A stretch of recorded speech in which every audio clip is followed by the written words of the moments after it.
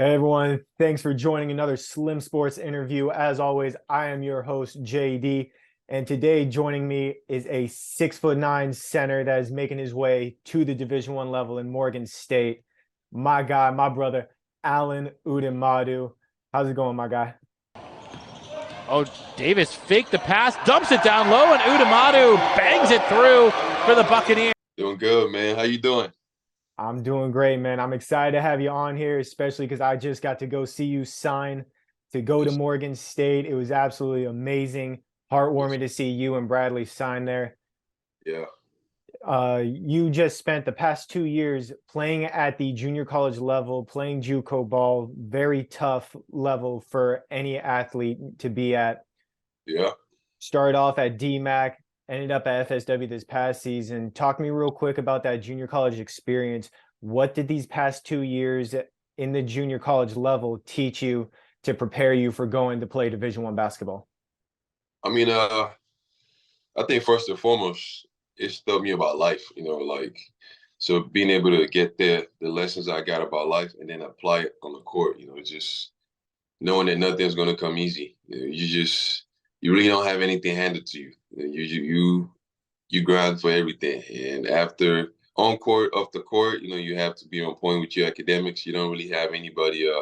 People don't really chase you around. You have to be responsible. So just the responsibility and being accountable for every action and knowing that every action, causes a reaction, and just that right there, just knowing that there's a consequence for everything. So going forward with basketball, I know when I do when I do certain things, it's the reaction I'm going to get. So I'm more aware. I see my awareness is improved. Just understanding and taking things one thing at a time. Just like in basketball, you have to go one play at a time. So going to the next level, focus on executing one thing at a time because it's only you don't have that much time to play around, to mess around, to have that much error. So like actually executing one thing at a time has been my biggest takeaway, from this going to the next level. Yeah, and you've gotten to play for some great programs, play alongside and against some incredible athletes, and play for some awesome coaches. At your first year at the junior college level, you played at DMAC. You averaged about 6 points a game, 4 rebounds, shot 55% from the field, helping to lead your team to a 28-8 overall record. Decided to leave during the offseason and transferred to the Sunshine State, playing for Florida Southwestern, where you were at this year. What went into your mind when you made that decision? What kind of helped motivate you to go to FSW from DMAC? Before I left DMAC, I left for the summer, right? So, but also my head coach over there he got a Division I job, and that's my guy. I love Coach Butts. He always made sure I was there mentally, having my mental game on point and just he looked out for me. He was like family. So he left. He was leaving to go to another school. So I got worried about it. I'm like, okay, I need to also go to a higher level and also see, get more competition. I feel like I don't want to necessarily say outgrew, but I felt like I needed more. I needed more exposure. When I say exposure, I don't mean like just being out there, but just being exposed to like more competition. Guys who challenge me, every day. Just like coming over here. So I reached out to my prep school coach. I reached out to Coach Murph, and it was a no-brainer. We in Florida. I'm like, absolutely. Coming from Iowa, I couldn't even I couldn't think twice about it. Like, what? From the cold, to Florida with the palm trees. Absolutely, and then being able to be at this beautiful place and get the competition that's needed to get better and develop was a no-brainer. Yeah, absolutely. And you definitely got to go against a lot of tough competition. As you know now, Region 8 is probably the best region when it comes to JUCO basketball. Tough competition all throughout. FSW is one of the top ones year after year. And you came in, you did your thing. You and your team, you Yeah, guys went 20-9 overall on the season. You shot incredibly for your team, shooting 58.8% from the field as a whole. What was it about FSW as far as like their style of play, their coaches, the players? What was it about FSW that really kind of kicked you into another gear that where it was just a lot more different from DMAC? I say the pace. The pace is it's a whole other level. It's it's more physical, and the pace is just it's different. Like we just go up and down. Like as soon as you get it, you trying to go up.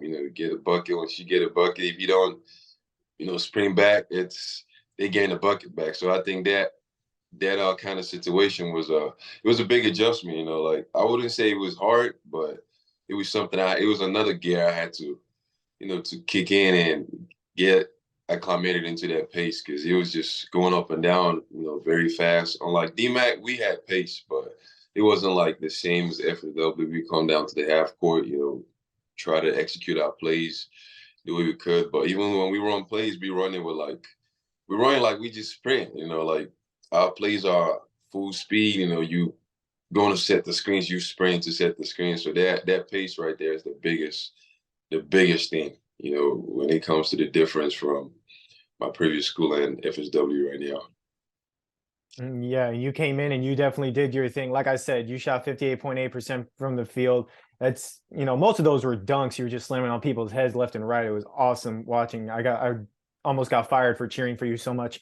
Um, you rim protector, rebounder, did whatever you had to do in the post. And that's really what Coach Murph and his staff needed because the previous season they lost all of their bigs who went on playing Division I basketball now. So they needed a whole, rebuild when it came to that 4 and the 5 spot. So obviously bringing you in, you did an incredible job, but you also got to play alongside some incredible teammates in Wesley Oba, Jamal Davis, and of course Tyson Brown, who almost averaged a double-double. I mean, all of you guys did a great job in the post for this team. Talk to me real quick about what it was like playing alongside during games and practicing against these guys, and how did that help you get better? I'll start with practice. Like practice was I love it. I miss it because it's just we push each other every day. You come in there, it's we cool off the court, but like when we get on the court, it's like you get a hit. It's physical. You get in the paint and someone just bumps you so hard, try to get the rebound, and then that right there activates this part of you, like just conditions you, to just play hard every time. Because when you with the guys who you cool with, who your guys, and then you guys are just bumping each other. It was a fight. Sometimes we have practice, we have blood over our bodies.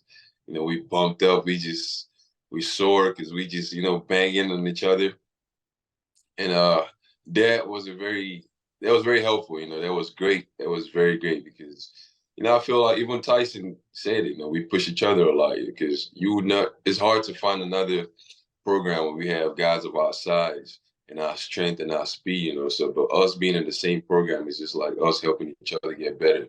So having Tyson, playing defense against me in most practices, it helps me, get my shots off against a guy with length, size, strength. The same with West, a guy that's going to crash the board every time. It helps you have more awareness when it comes to rebounding and like making sure I have to get this guy out every time. You don't just sleep and feel like you're the biggest guy on the court and all the rebounds are going to come to you. You have to box out. And, a guy like Maul, lengthy, hit you with a crossover. He's going to catch you sleeping. You think he's just one of those big, clumsy guys. Now he's going to hit you with something and dunk on you. So now knowing that he has his mid-range game, so now being able to guard a bigger player in a perimeter who has a skill set, who could put the ball on the deck. That's something I can't trade for anything right there. All those things are essential parts of basketball that I feel like I got at the highest level. I was able to go against these guys at the highest level. And game days was just, it was just fun, go out there, cheer for each other, support each other, just trying to see each other win right there. Because when you practice so hard with these guys, when it comes to game days, it almost feels like the games are easier than the practices. Because, game days I wouldn't call it easier because we go against good competition, but like things are not as sped up to you because, if you get a bump, you feel like I've gotten this bump 1,000 times. If someone tries to box you out so hard because, you bigger than them, everybody has done that to you 1,000 times in practice. So that was very that was a very big part, a very big blessing, having these guys out here to push me and also pushing them too. And we all go into our, different respective programs, to go show what we picked up from here.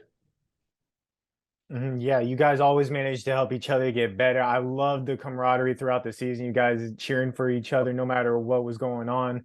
It was Yeah. absolutely amazing. And you always found ways to contribute, always found ways to get better. And I know during the preseason, that was one of the biggest things because you actually ended up suffering a right hand injury. And Mhm. I remember Coach Murph saying the story during your signing. A lot of coaches scouting you thought you were left-handed because of the touch that you had around the rim because you just adapted, you got better. Talk to me about that preseason injury. How did you really fight through that kind of adversity to continue getting better? Well, it was tough, because coming in more, especially when you come into an atmosphere where everybody competes. I say the first few practices, I watched. I did everything else to the left hand, but like when it actually came the time to play, it's hard to just have a guy that is not going to do anything with his right hand, which is his dominant hand on the floor, doing anything. So I just watched and saw how guys, competed every day.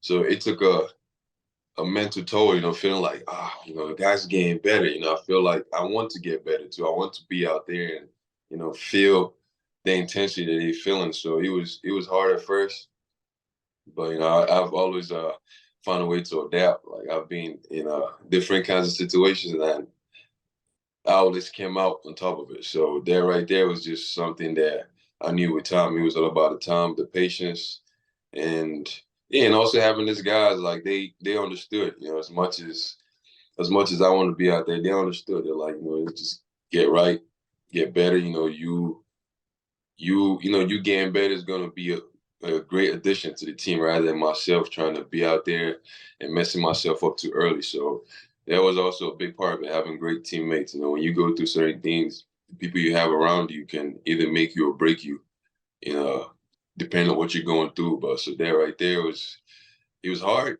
but I give props to my teammates and also I give some props to myself also, for at least hanging on because it was tough. And also the trainers, the athletic trainer, Andre was like, he was on top of it. And the two interns we had, they helped Andre in the training room. They were amazing. So they helped me bounce back pretty soon from that, pretty quick.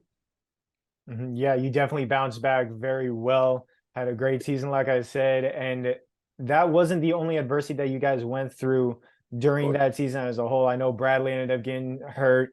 Jordan had some adversity as well. You guys really stood together to help one another out, especially during the rough times throughout this season as a team. You guys went up to Utah and you ended up losing three straight, unfortunately, and then conference started off a little tough for you guys, had a couple of buzzer beaters that just didn't go your way.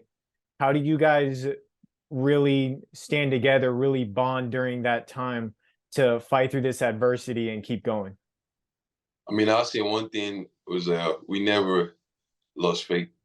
I think that's what took us as far as we could at least get in the season. Because looking at the start of the season, the way things were going, it was a lot of questions. People were like, "Are they going to make it to states at least?" They never thought we were going to make it to states, and but inside, we just made sure we didn't let the outside noise, affect us. It was like I think the experience was like a saying that I used to hear when I was younger, like when you in a boat, a ship, or anything in the water, right? A ship or boat, you just have to make sure that the water, you can't let a hole get in the boat because now that's how it sinks. You just have to make sure it's well protected. So we did a great job of protecting the ship, like making sure the outside noises, the adversity didn't poke a hole in our boat, and let the water in to have us sink. So we stuck through it. We made sure every day after practice we tell ourselves we're good.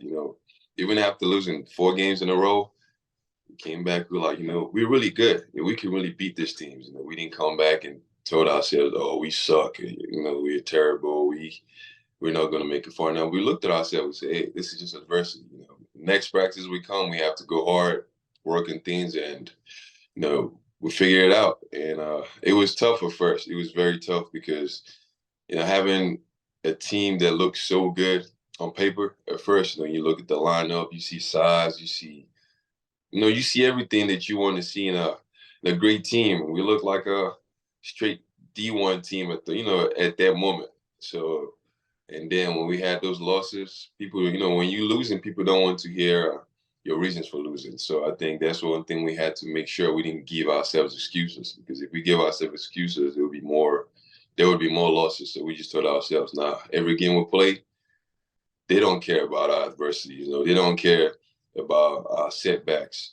They just want to beat us. So we should look at it the same way and just beat them. And that was just what it was. And we find a way to come out at the top of those adversities.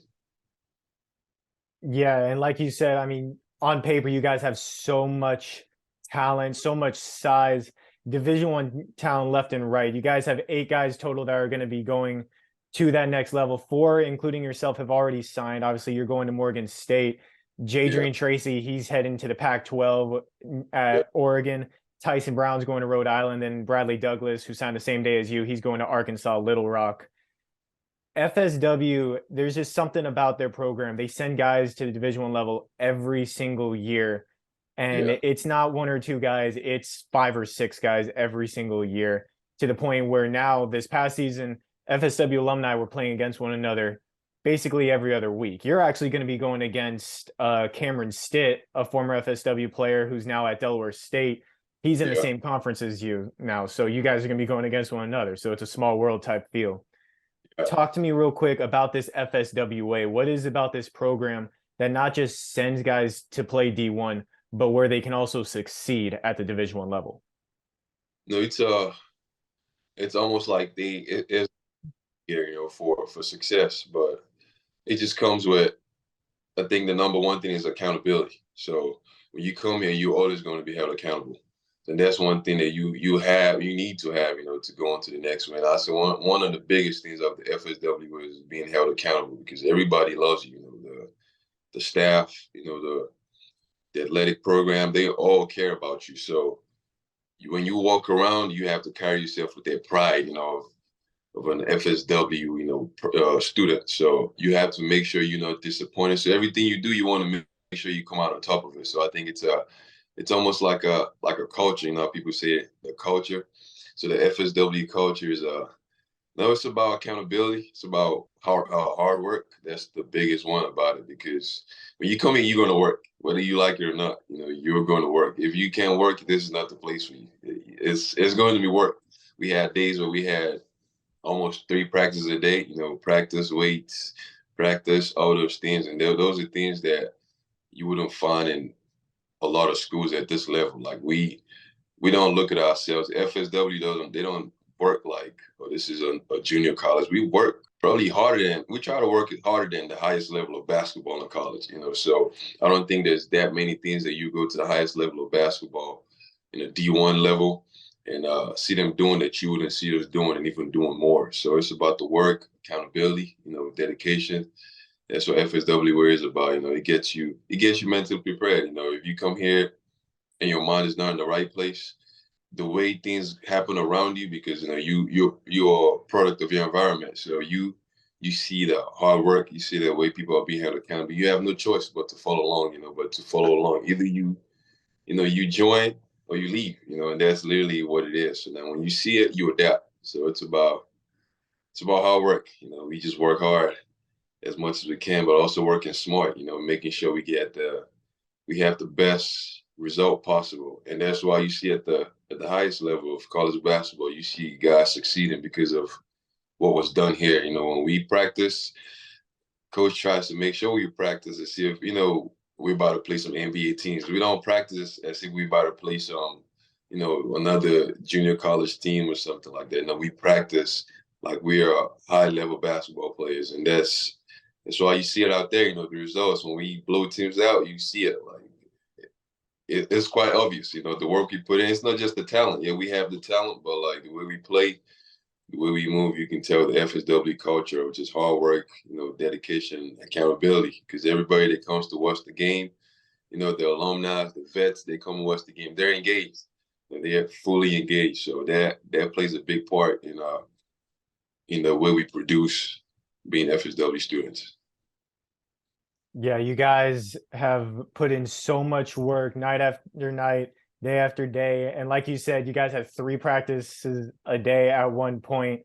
Coach Yeah, Murph knows how to get you guys that work, knows how to get you guys better. That's for sure. And that's why he's one of the best coaches in JUCO. And now you get to be one of those Division I products going to Morgan State. You actually went on a visit there a couple of weeks ago. And yeah. then right after you committed, signed, all of that stuff. Talk me through that visit that you had there. What was it about their coaching staff, their facilities, all that stuff that made you want to commit and sign there so quickly?